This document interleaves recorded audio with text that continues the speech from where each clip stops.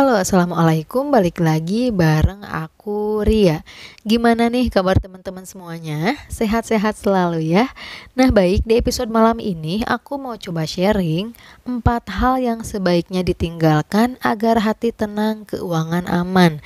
Nah, buat yang pengen tahu pembahasannya, boleh simak video ini sampai selesai. Dan yang belum subscribe, boleh subscribe dan nyalakan loncengnya dari sekarang biar nanti dapat pemberitahuan kalau ada video terbaru dari aku.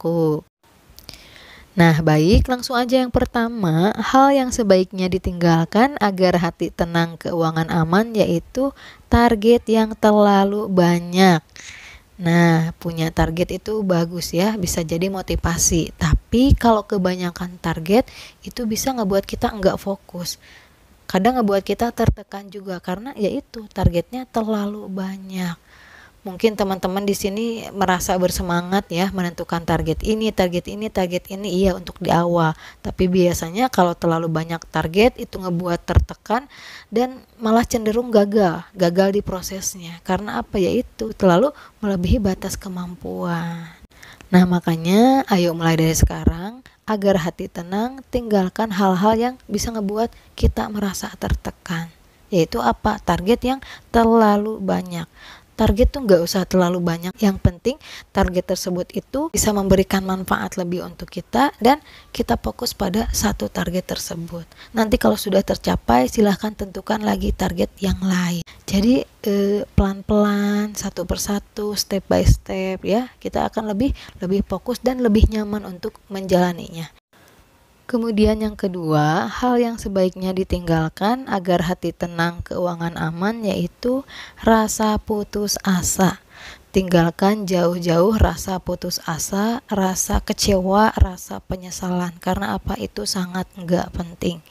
Misalkan nih teman-teman sekarang punya target menabung, kemudian gagal, targetnya itu 10 juta rupiah, tapi teman-teman cuma bisa mengumpulkan 5 juta rupiah. Jangan putus asa, jangan kecewa, jangan sedih. Karena apa? Itu jauh lebih baik daripada kita tidak menabung sama sekali, kita tidak ada usaha sama sekali. Jadi nggak apa-apa ya, syukuri. Kalau misalkan kita belajar nabung, gagal terus, jangan putus asa, jangan kecewa. Wajar banget, namanya kita lagi menyesuaikan diri, berpindah dari kebiasaan boros menjadi kebiasaan hemat, berpindah dari yang tadinya nggak nabung menjadi nabung, yaitu butuh waktu, butuh proses. Nikmati aja prosesnya ya.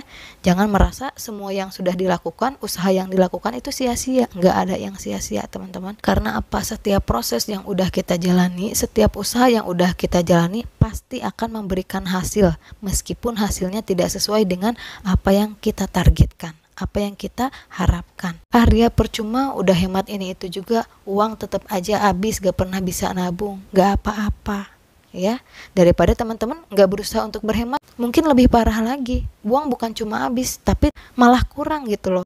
Teman-teman udah hemat aja uang habis, gak bisa nabung, apalagi kalau nggak hemat mungkin udah banyak utang. Nah, jadi kita harus nyampe pikirannya ke sana. Setiap usaha yang udah kita lakukan pasti akan memberikan hasil untuk kita meskipun tidak sesuai dengan harapan. Gak apa-apa, yang penting kita berusaha aja belajar dari kesalahan yang kemarin. Kata aku juga, kesalahan kita apa yang ngebuat kita tidak bisa mencapai target itu, apa, coba diperbaiki agar hasilnya sesuai dengan apa yang kita harapkan. Kalau sudah berusaha hasil tidak sesuai dengan harapan, gak apa-apa, itu sudah merupakan hasil yang terbaik. Jadi mulai dari sekarang jangan pernah putus asa. Mau belajar hemat, lanjutkan. Belajar nabung gagal, lanjutkan. Aku yakin banget akan ada masa di mana teman-teman berhasil hidup hemat dan berhasil menabung ya. Kemudian yang ketiga, hal yang sebaiknya ditinggalkan agar hati tenang, keuangan aman, yaitu membandingkan diri dengan orang lain. Nah, stop membanding-bandingkan diri kita dengan orang lain, karena tiap orang punya prioritas masing-masing, punya kebutuhan masing-masing.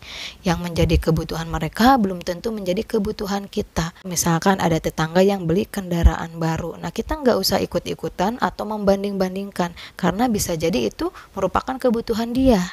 Misalkan kendaraannya udah rusak atau mungkin dia butuh kendaraan baru untuk menunjang usahanya, pekerjaannya. Nah, jangan dibandingkan dengan kita yang tidak butuh kendaraan yang baru kayak gitu ya. Atau mungkin nih ngelihat orang lain kok hidupnya mewah, kok aku mah gini-gini baik. Nah, jangan kayak gitu. Kali aja mungkin ya mereka mah generasi pewaris, kalau kita generasi perintis ya. Jadi susah ya kalau setarnya aja udah beda. Kalau mereka udah ada dari sananya, udah ada bekal dari orang tuanya ya. Jangan dibandingkan sama kita yang kata aku tadi generasi perintis. Syukuri aja apa yang ada pada diri kita, hidup sederhana, hidup sesuai dengan kemampuan.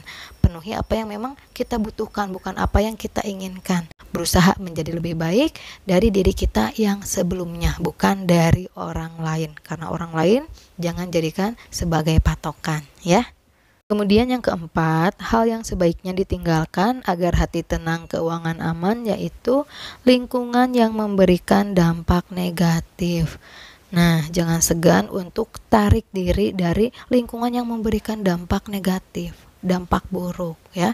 Misalkan nih selama ini sadar berada di lingkungan tersebut orang-orangnya hedon, orang-orangnya boros, penuh dengan persaingan gaya hidup. Nah, tinggalkan aja lingkungan yang seperti itu.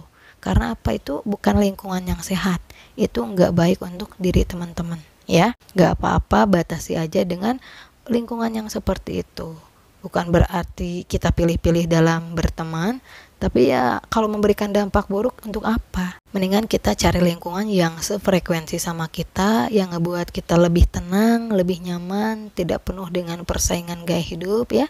Saling mendukung, bukan saling bersaing. Kayak gitu. Jadi ayo mulai dari sekarang tinggalkan lingkungan yang sekiranya memberikan dampak negatif. Insya Allah itu akan ngebuat hati menjadi lebih tenang, keuangan aman ya. Nah, jadi kesimpulan pembahasan di episode malam ini mengenai 4 hal yang sebaiknya ditinggalkan agar hati tenang, keuangan aman. Yang pertama yaitu target yang terlalu banyak, kemudian yang kedua putus asa, yang ketiga membandingkan diri dengan orang lain, yang keempat lingkungan yang memberikan dampak negatif. Nah, insya Allah kalau kita mau meninggalkan 4 hal tersebut, hati akan lebih tenang, keuangan akan lebih aman. Amin ya Allah ya Rabbal Alamin. Nah, mungkin cukup sekian pembahasan di episode ini. Sekali lagi aku nggak ada niatan untuk menggurui, aku cuma pengen sharing aja. Mudah-mudahan video ini bisa bermanfaat buat teman-teman semuanya. Mohon maaf apabila banyak salah kata. Kalau suka dengan video ini, boleh like, komen, dan subscribe. Wassalamualaikum warahmatullahi wabarakatuh. Sampai jumpa.